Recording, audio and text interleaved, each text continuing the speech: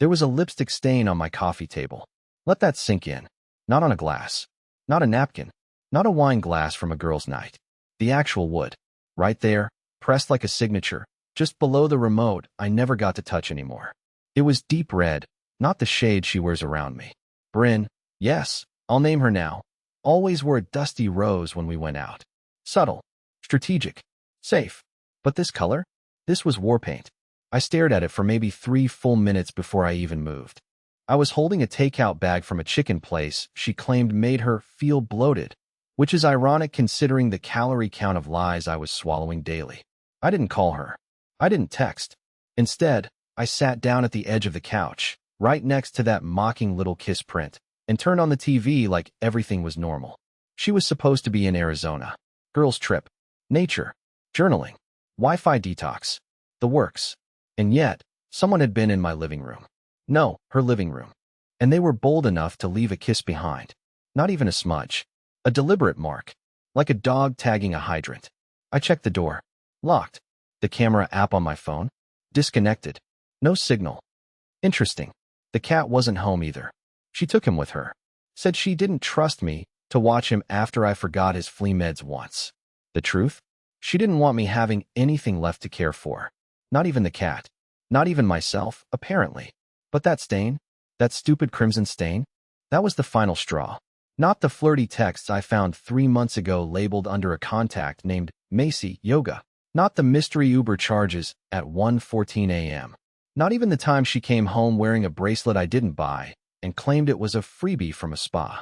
Nope. It was the lipstick. Because it wasn't carelessness, it was a message. I'm here. You're nothing. So I made a list. Not a rage list. Not a revenge plan. A logistics list. Because when someone dares you to break, you don't yell. You vanish. And as she posted boomerangs of waterfalls and crystals and herbal tea on her story, I was wrapping my college hoodie in duct tape and bubble wrap. Boxing up books she never let me display. Canceling utilities. Calling the landlord. She never thought I'd walk away. That's why I did it while she was gone. But this isn't the end. This is day one. And you wouldn't believe what I found in the bedroom drawer before I left. Packing in silence is its own form of therapy. There's a rhythm to it, a muted pulse, like folding your trauma into neat little rectangles and pretending it never happened. I wasn't rushing. I wanted this to be deliberate, controlled, almost ceremonial. I didn't want her to return to chaos. No broken dishes, no scattered clothes, no hand-scrawled letters saying you ruined us. No. I wanted her to come home and realize, slowly, quietly, devastatingly, that I was just gone. But then I opened the drawer, the second one in her nightstand. She used to keep lavender oil and earplugs in there. Sometimes a book she'd never finish. And for the last 8 months, that drawer was apparently off limits. Don't mess up my system, she'd say if I touched it. I thought it was weird, sure, but I wasn't looking to pick fights over where she kept her hand cream. Until now. The drawer slid open with that wooden sigh you only get from furniture you've owned too long. And sitting right on top was the first secret, a phone. Not her phone. Not the one I watched her sleep next to like it was a newborn. This was a cheap burner. One of those prepaid ones they sell in plastic clamshells at gas stations. The kind drug dealers and cheaters use on TV shows. My stomach flipped so hard I nearly dropped it. I held it like it was radioactive, turning it over once, twice, praying it was dead. It wasn't. The screen lit up. No lock screen. No passcode. And right there at the top, a text. Still can't believe he hasn't figured it out, LOL. You're too smooth. Timestamp. 3 days ago. Sender. Theo Hot Pepper. Theo. A name she'd never mentioned. Not once. Not in stories. Not in passing.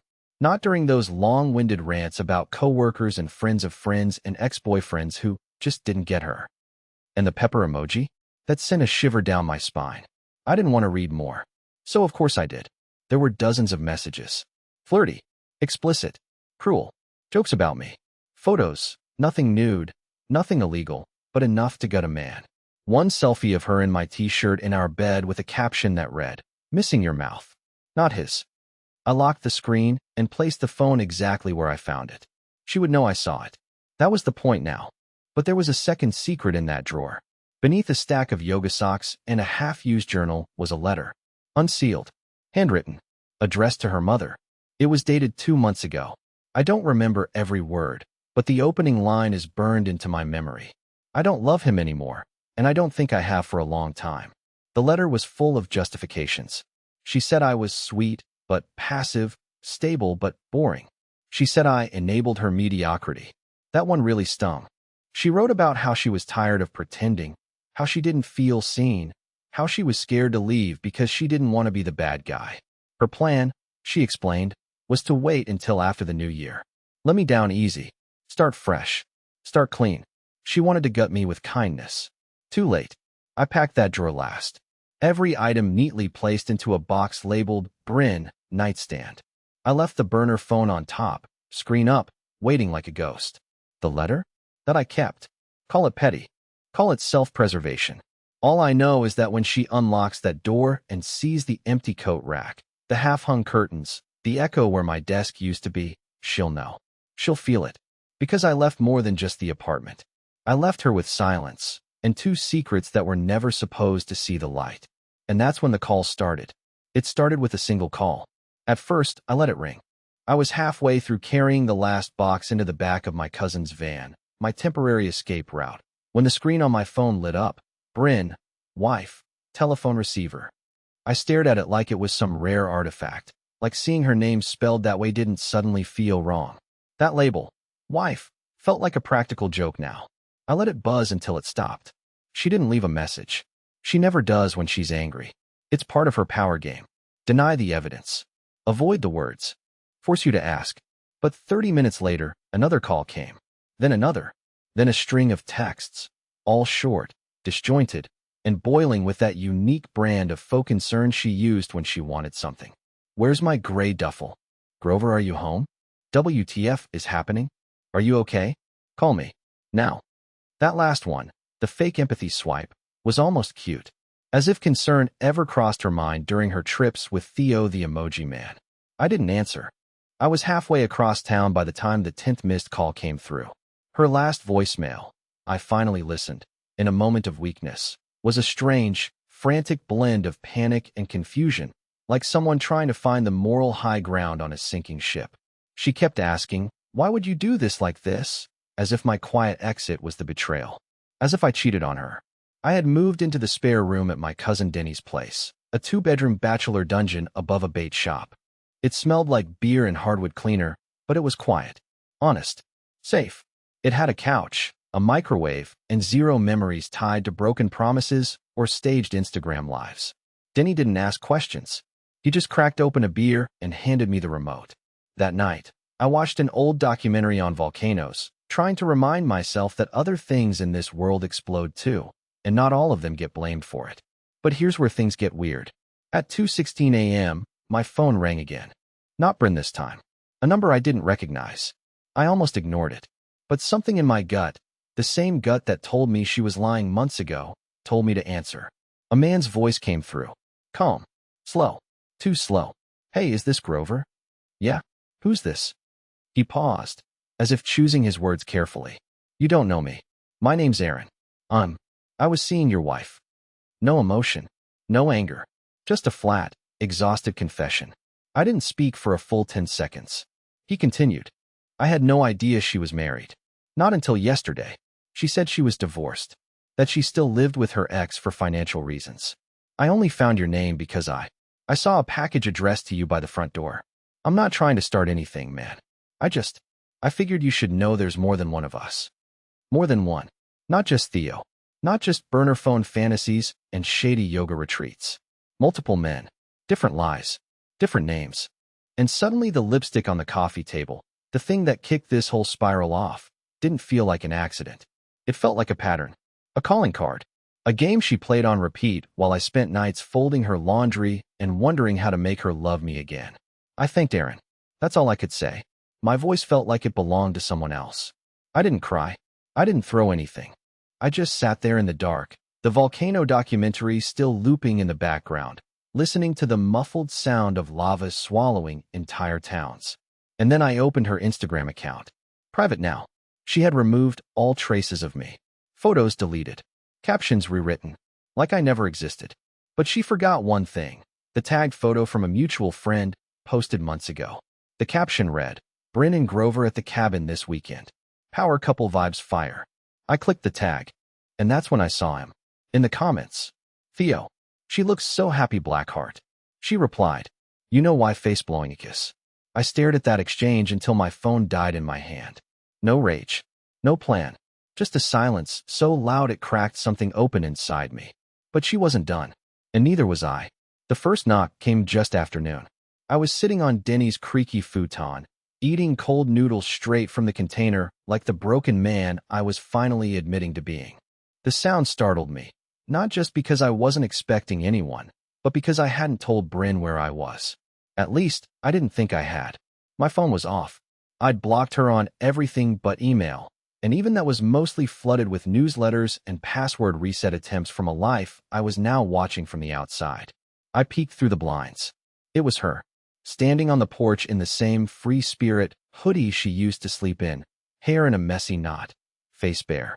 No lashes, no filters, no shield, just her, holding her phone in one hand, a Tupperware container in the other, like this was some kind of sitcom moment where she wins me back with lasagna and tears. I didn't open the door. Not right away. I watched her check her reflection in the window, fix her hoodie, step back and rehearse whatever speech she'd been practicing on the way over. Then she knocked again, softer this time, almost gentle. So I opened it. Not because I wanted her back. Not because I missed her. But because I needed to see her face when she realized that I finally saw everything. Her eyes scanned the room behind me, half empty, bare walls, old TV on mute, smell of cheap detergent in the air. She looked at me like she was expecting to see a version of me still desperate to be chosen. But that version of me was gone. Hi, she said, voice soft. Can I come in? No. She blinked. I gestured at the container in her hands. You drove all the way here to feed me? Her lips curled into something between a smile and a grimace. It's chicken and rice. Your favorite. I figured. You figured I'd forget the phone in your drawer? Or the guy who called me at 2 in the morning to tell me you fed him the same lies? Her face cracked. Not all at once. Just a hairline fracture behind the eyes. She stepped back, like the words physically pushed her. Grover, I didn't know he'd contact you. I swear. So he's not lying. Silence. She looked down at the container. Then back at me. I came here to talk. Not fight. Then say something real. For once. And that's when she launched into the most flawless, emotionally manipulative monologue I'd ever heard in my life. It was a masterclass. Full eye contact. Shaky breaths. Nostalgia references. She pulled out everything. Childhood traumas. The miscarriage. My long hours at work. Her loneliness. Her confusion. Her need for something that felt alive again. She even cried. Soft, controlled tears. Not ugly sobbing. No. Bryn had always been a tidy crier. The kind who knew how to make her pain look poetic. I never stopped loving you, she whispered. Even when I was doing the worst things. It was perfect. Which is exactly why I didn't believe a single word of it. Because Bryn didn't cry when I found out we couldn't have kids. She didn't cry when I sold my guitar to pay off her student loans. She didn't cry when I broke down last year on our anniversary, telling her I didn't feel like her husband anymore. She had walls made of mirrors. She only showed you what reflected best. You're not here to apologize, I said. You're here to control the ending. That hit something. Her face hardened. Just for a second. The mask slipped, and that second was everything. You think disappearing is noble? She snapped. You think this makes you some kind of martyr? No, I said quietly. I think it makes me free. She stepped back, container still in her hand. No longer an offering, just dead weight. I'll get my things next week. You can keep the apartment, I added. I'm not coming back. She stood there a moment longer, like she wanted to slam the door, but knew it wasn't hers to close. Then she turned and walked back to her car. Not crying, not begging, just leaving, quietly, the way I had done first. When the door shut behind her, I didn't feel victorious. I didn't feel strong. I felt like a man watching the credits of a film he paid too much for and understood too late. But it wasn't over. Because later that night, I got a message request on Instagram from someone named Lila, Theo's girlfriend. I didn't open the message right away. That would have made too much sense. I stared at the notification for a good 10 minutes, just watching her profile picture spin on a loop every time I refreshed it. Her name was Lila, and her bio was innocent enough. A few emojis, something about a rescue dog, and a quote that said, energy never lies. I almost laughed out loud at that last part.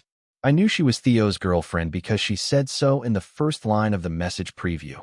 Hi, I'm Theo's girlfriend. Or I was, until 5 hours ago. Of course she wasn't blocked. Bryn wouldn't have even considered her existence. That's the kind of self-importance cheaters often develop. They assume their universe is the only one that matters. That other people are just props who won't bump into each other in the dark. But people like Bryn always underestimate the quiet ones. They forget how patient pain can be, how long it's willing to wait for the truth to stretch its legs. When I finally opened the message, it wasn't a rant. It wasn't rage. It was worse. It was organized. Lila had bullet points, screenshots, dates, geotags, one-by-one breakdowns of weekend work trips that aligned perfectly with the girl getaways I used to help Bryn pack for. Matching times, matching outfits, matching lies. There were photos too, not nudes, nothing explicit, but familiar smiles and hands on backs and accidental mirror selfies where Bryn's wedding band was either conveniently missing or replaced with a thin gold stacking ring. Lila had done her homework, and she wasn't trying to hurt me. She wanted to compare notes. Apparently Theo had claimed he was in an open relationship. That Bryn's husband knew, and was cool with it. Classic manipulation move. Mix truth with just enough fiction to make someone question their own ethics. Lila bought it for a while, until she didn't. Until she saw my name tagged in that old cabin post. Until she started digging. Until the math stopped adding up, and she realized she was being used to fill in the emotional blanks of someone else's curated collapse. She asked if we could talk, not out of some trauma-bonded solidarity, but because she had a feeling this was bigger than just her and me. She was right. We met at a bookstore downtown. Neutral ground. Bright lights. Cameras. Witnesses. I was half expecting some reality show ambush, but what walked in wasn't drama. It was devastation wearing a scarf and trying not to cry in public. Lila was calm, poised, sharper than I expected. She wasn't angry. She was disappointed, which is far more dangerous. We sat in the cafe with lukewarm coffee and open phones, comparing timestamps like detectives piecing together a cold case that no one else even knew existed. She told me Bryn and Theo met at a conference in Denver. He said she was magnetic, Lila recalled, voice low, like she was ashamed to repeat it. That she was stuck in a loveless marriage. That she was spiritually suppressed. I nearly choked on my drink. Suppressed? Bryn had always been the flame. I was the fireplace. I contained her, fed her, protected her. She never wanted out, until someone told her she could burn everything and still feel warm. The weirdest part? As Lila and I talked, I started to feel seen. Not healed. Not absolved, but witnessed. Someone else had watched the same movie and finally confirmed it wasn't in my head. I wasn't imagining the edits, the lies, the rewrites. We parted with a hug, tight, long, human, and a vague promise to stay in touch. Not as victims, just as people who now knew things we couldn't unknow. When I got back to Denny's place, I found a package waiting for me at the door. No return label. Inside, my old flannel shirt, the copy of Slaughterhouse-5 I used to keep on the nightstand, and a single note written in her perfect, symmetrical handwriting. You got what you wanted. I hope it was worth it. B. No apology. No admission. Just passive venom wrapped in nostalgia. She still didn't get it. I didn't want revenge. I didn't want closure. I wanted peace. And she'd never understand that peace isn't the absence of noise. It's the absence of people who manufacture it. I folded the note and burned it on the balcony. Then I poured a drink, opened a blank doc on my laptop, and typed the first sentence of my resignation email. If I was rebuilding, I wouldn't stop with just the marriage. Everything had to go. I didn't sleep much the night after I burned her note. There was a kind of stillness in Denny's apartment that felt like it didn't belong to this world. Like I had accidentally stepped into a holding room between lives. No past behind me. No clear path forward. Just this purgatory of lukewarm leftovers, thin walls, and the occasional sound of someone upstairs vacuuming at 3 a.m. I lay awake on the couch with the TV glowing silent blue and the ceiling fan doing its best impression of purpose. Something inside me itched, not like anxiety, more like momentum. Like something had snapped and I was finally free to move, but I didn't yet know which direction was mine. I kept thinking about the phrase she wrote in that note. You got what you wanted. Did I? What exactly did I want? Peace. Maybe. Justice? Probably. But more than anything, I think I wanted to be acknowledged. Not tolerated. Not thanked for my patience. Not used like a human crutch. I wanted someone to look me in the eye and say, "You mattered." I knew it even while I was breaking you. But Bryn wasn't capable of that. And I was finally done waiting for someone to give me closure when I could write it myself. So that morning, I put on the one suit I had left, a gray thing from my cousin's wedding that still smelled vaguely like gin and cologne. I didn't shave. I didn't style my hair. I just needed to feel like I was dressing for something. It felt like a funeral. Not hers. Not mine. But maybe for who I had been. The version of Grover who would have forgiven her. Who would have taken her back after 3 therapy sessions and some new boundaries. The guy who would have fought tooth and nail to rebuild something already set on fire. That guy deserved a burial. I grabbed a coffee from the gas station across the street and drove. Not toward the office. Not toward Denny's bait shop kingdom. I went to the storage unit I'd rented on the edge of town, the one where I had dumped most of my stuff during the silent exit. It was small, cold, concrete floors and aluminum walls. But it was mine.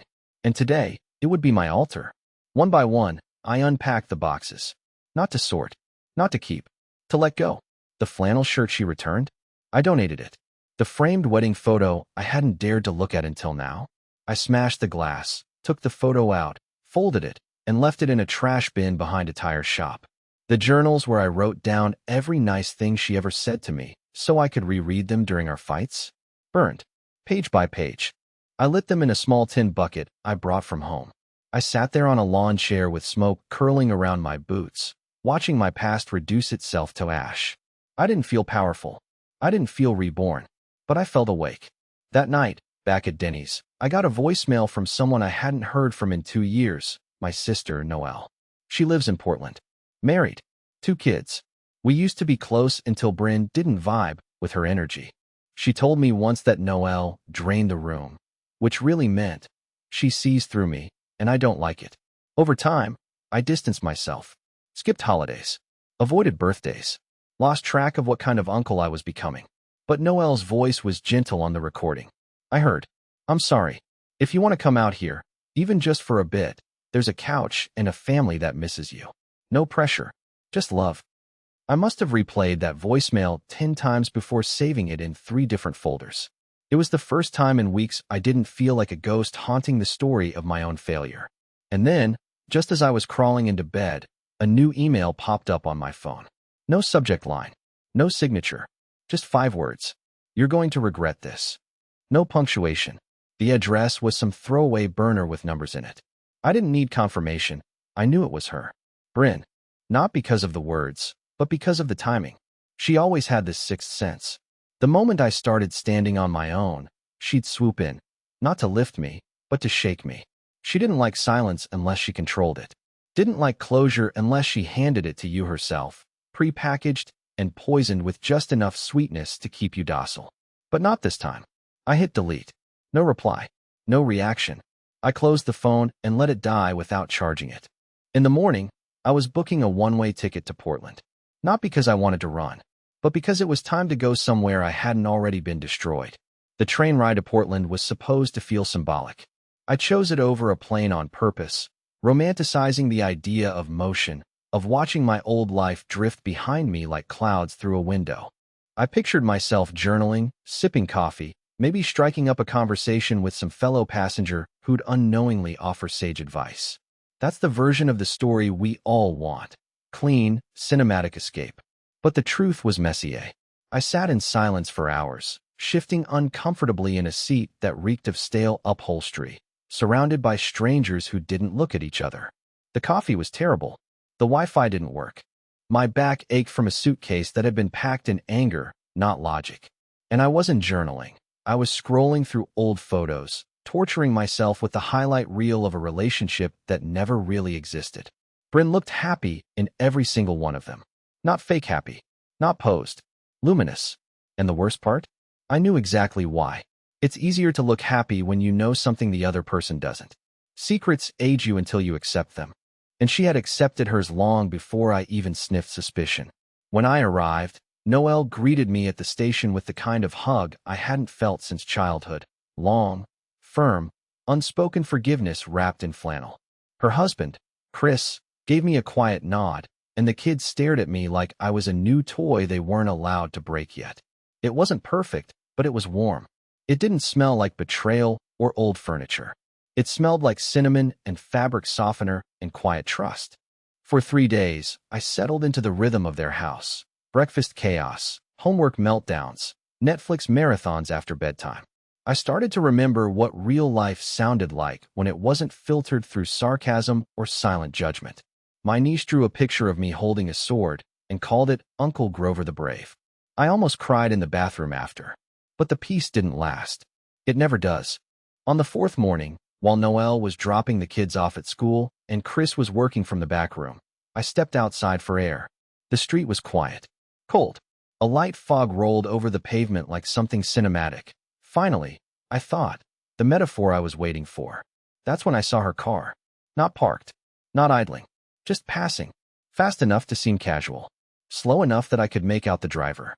Bryn. My blood turned to gravel. My first thought was that I was hallucinating. My second was that she had followed me. But how? I hadn't told her. I hadn't posted anything.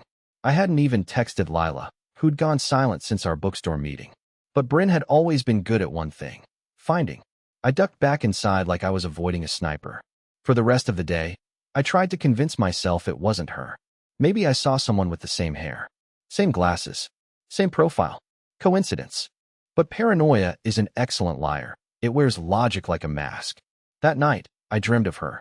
Not the cheating, not the phone, not the drawer. I dreamed of our wedding day. Except this time, in the dream, when she reached for my hand at the altar, there was blood on her palm. And when I asked what happened, she said, "This is what love costs, Grover. Why are you surprised?" I woke up in a cold sweat, my shirt clinging to my chest like plastic wrap. My mouth was dry. My pulse was chaos. I reached for my phone without thinking. There was a voicemail. No number. Just static. But buried beneath the hiss, I heard something faint. Faint, but intentional. A voice. Whispering. "Come home." That was it. No name. No threat. Just those two words, so gentle they almost sounded maternal. I wanted to delete it. I should have. But instead, I saved it. Something in me needed to prove it was real. Not for her. For me.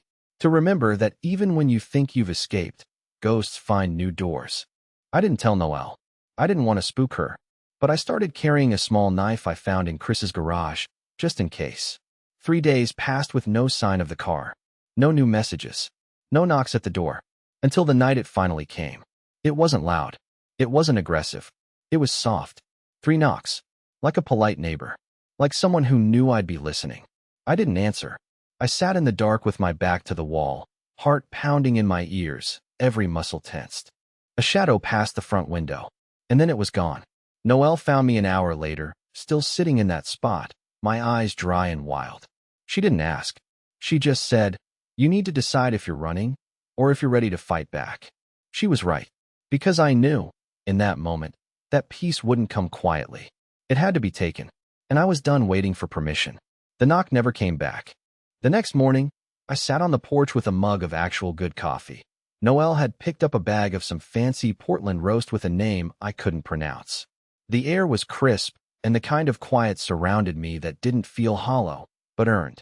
Like I'd finally climbed out of some deep cave and was just sitting there, blinking at the daylight, wondering why I hadn't done it sooner. For the first time in months, I didn't check my phone the moment I woke up.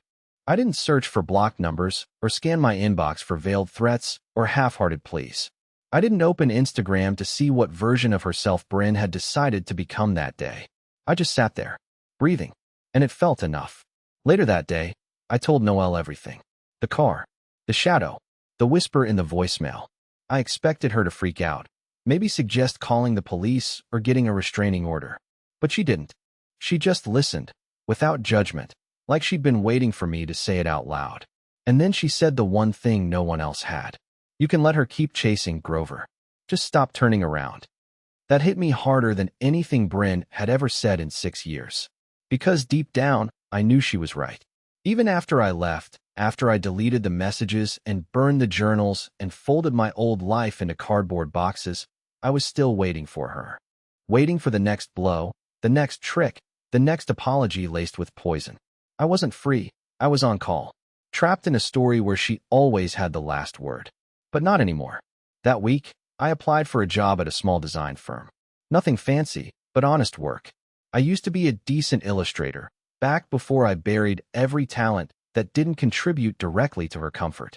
The hiring manager, a guy with 2 earrings and a rescue pit bull sleeping behind his desk, looked at my portfolio and said, "Where have you been hiding?" I smiled and told him, "Under someone else's expectations." I got the job. It's part-time for now, but enough to cover my rent when I move into a small apartment near the river next month. I already found a used bike at a garage sale. It squeaks, but it rides. Lila reached out once more, just to tell me she'd moved on. She was seeing someone new, someone less spiritually tortured. We laughed about it. I told her I was proud of her. We promised to stay in touch. Maybe we will, maybe we won't. But for the first time, it didn't feel like a goodbye soaked in grief. It just felt adult, final, clean. And as for Bryn, I haven't heard from her since that night. Maybe she moved on. Maybe she didn't. Maybe she's still circling someone else's home, whispering like a ghost that refuses to believe it's dead. But I don't care. Because today, I went for a walk by myself. I didn't look at my phone.